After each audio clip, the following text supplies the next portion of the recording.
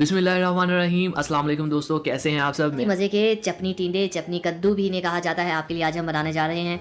बहुत ही मज़ेदार रेसिपी है और बहुत ही आसान। ये देख लें किस साइज़ के हमने चपनी टींडों को काटा हुआ है। तो रेसिपी शुरू करते हैं, लेकिन इससे पहले मेरी आपसे रिक्वेस्ट है, अगर आप मेरे चैनल पर नए हैं तो मेरे चैनल को सब्सक्राइब कर लीजिएगा और अगर वीडियो पसंद आए तो उसको लाइक भी कीजिएगा।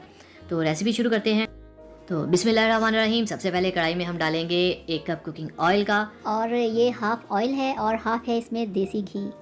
और साथ ही ऐड कर दिए हमने 2 कटे हुए प्याज, उनको लाइट ब्राउन करके इसमें 1.5 चम्मच डाल दिया है अदरक लहसुन का पेस्ट।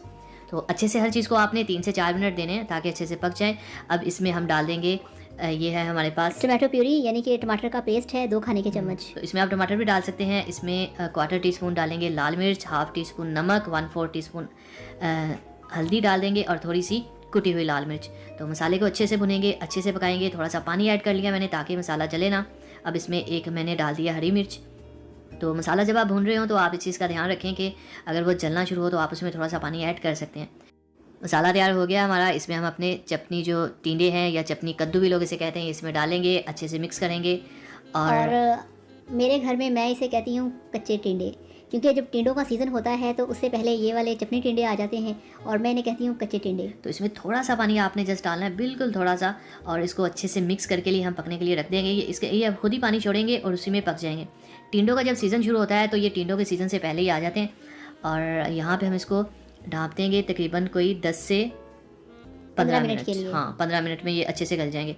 तो 15 मिनट हो चुके हैं। ये देखिए माशाल्लाह हमारे जो ये बहुत ही सॉफ्ट वेजिटेबल होती है। इधर आपने इसे गैस पे रखा और 10 मिनट के अंदर ये बिल्कुल सॉफ्ट हो जाते हैं, पक जाते हैं और बहुत ही मज़ेदार और क्रीमी से बनते हैं। इसमें ये थोड़ा सा हम ज़ीरा ऐड करेंगे, साबुत ज़ीरा।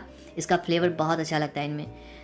अच्छे से इसको मिक्स करेंगे। देखिए आप कितना क्रीमी सा हमारा जो सालन है वो तैयार हो रहा है और ये तकरीबन ऑलमोस्ट डन है। जो पानी है थोड़ा सा इसको हम हल्का सा ड्राई करेंगे, बिल्कुल ही ड्राई नहीं करते इनको, थोड़ा सा इसमें पानी अच्छा लगता है। तो अब हम इसमें हरा धनिया डाल देंगे। देखिए माशाल्लाह कितनी खूबसूरत हमारी जो खाने की लुक है वो आ गई है। अच्छा, इसमें आपने बहुत ज़्यादा गरम मसाले नहीं डालने, क्योंकि ये बहुत ही सॉफ्ट, एक मक्खन की तरह ये बहुत ही मज़ेदार और मुलायम और सॉफ्ट सा सालन होता है। इवन इसमें आपने काली मिर्च भी ऐड नहीं करनी, बाकी मसाले तो बहुत दूर की बात।